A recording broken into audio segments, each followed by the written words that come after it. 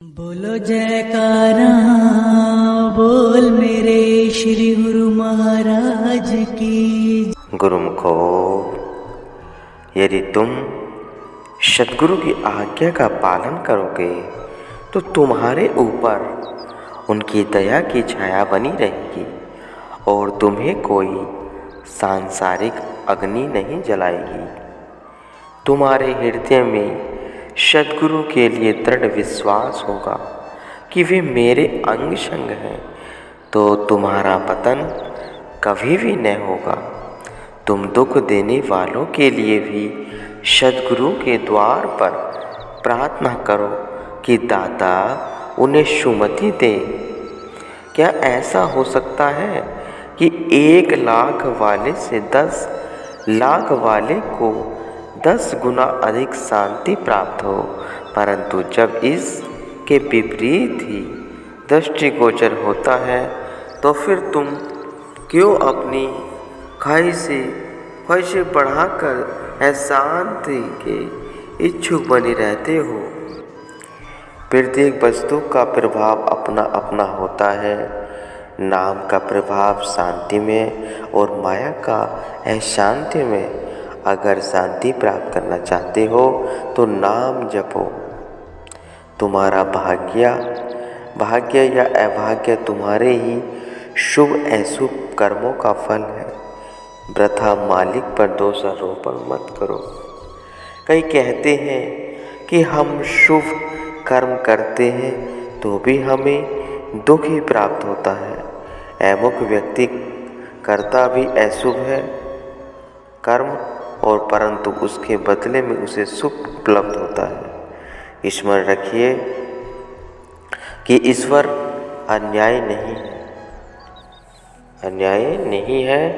केवल में के रोग के कारण सब अपने कर्मों को शुभ कर्म समझते हैं, परंतु तुम्हारे दुख सुख का कारण पूर्व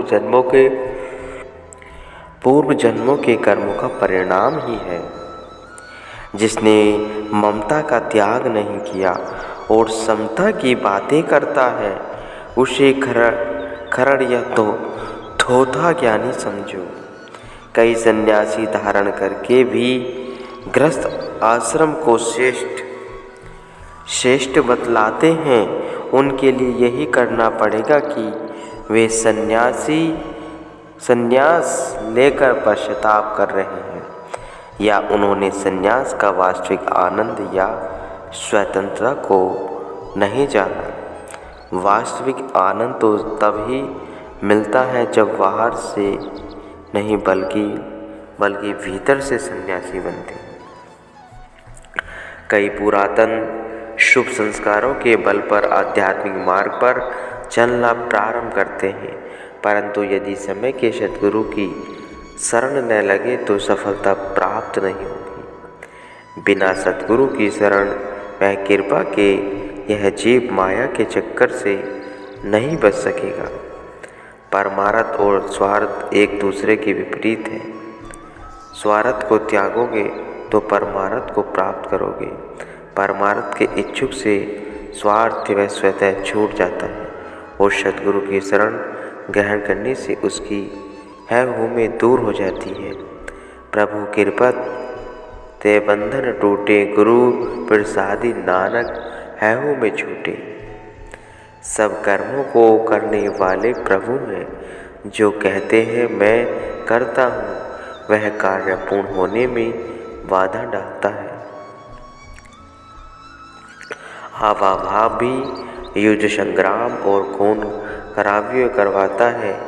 आवा भाव के स्थान पर तेरापन आ जाएगा तो यह सब दोष समाप्त हो जाएगा। विषों में वासना हो और गुफा में भी बैठा हो तो उसे त्यागी नहीं कहा जाएगा। अगर तृष्णा समाप्त हो चुकी है और बीच नगर में रहता है तो भी वही सच्चा त्यागी है। यदि तुम्हारे हृदय में दीनता बनी रहेगी तो सद्गुरु कृपा से सदा भरपूर रहोगे। ऐसा कर्म करो, ऐसी वाणी बोलो, ऐसा विचार करो जो तुम्हारे सद्गुरु को प्रिय लगे। मन ही शत्रु है और मन ही मित्र है।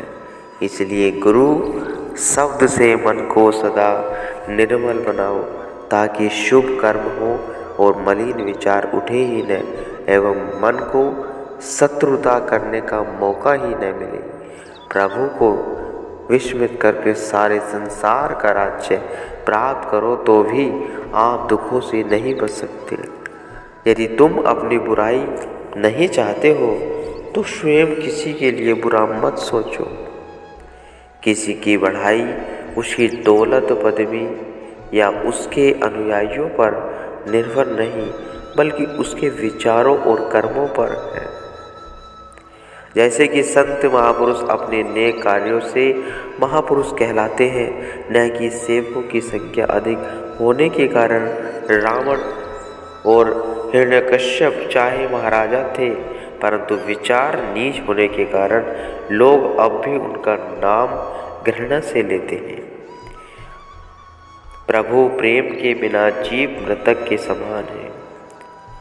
लकड़ी को बढ़ाई सुंदर बनाता है, सोने को सुनार, कपड़े को दर्जी, बगीचे को माली और मनुष्य को सत्संग। जैसे मिट्टी से मटका या घड़ा बनाने के लिए उसे के भीतर हाथ रखना पड़ता है और बाहर से उसे चोट लगानी पड़ती है, वैसे ही एक साधारण पुरुष से महान बनने के सद्गुरु की ताड़ना एवं प्रेम दोनों की आवश्यकता है। गुरुमुख गुरुमति पर चलकर सच्ची स्वतंत्रता को प्राप्त करता है और मनमुख मनमति से अनुसरण कर कारावास भोगता है। अपनी योग्यता ही व्यक्ति को ऊंचे या नीचे आसन पर बिठाती है। आप बोओगे तो कीकर या बबूल के कांटे नहीं उगेंगे। आँख बोओगे तो आम का फल कदापि प्राप्त नहीं हो सकता। भलाई करोगे तो भला होगा, बुराई करोगे तो बुरा होगा। शरीर एवं इंद्रियों के अधीन मनुष्य आध्यात्मिक पथ पर में अधिक समय तक कदापि नहीं ठहर सकता। जो स्वयं बड़ों के अधीन नहीं रहता वह सच्ची बढ़ाई प्राप्त नहीं कर सकता। मन को ठीक करो तो मन स्वतः ठीक हो जाएगा। सुरती को हर समय शरीर में न फंसाए रखो, वरना रोग भी कभी पीछा न छोड़ेंगे। बेकार रहना बीमारी को न्योता देना है। किसी को उन्नति करते देखकर उससे ईर्ष्या न करो। किसी पर बिना कारण संशय नहीं करना चाहिए, क्योंकि इससे मन की परेशानी बढ़ती है। गुरुमुख हो।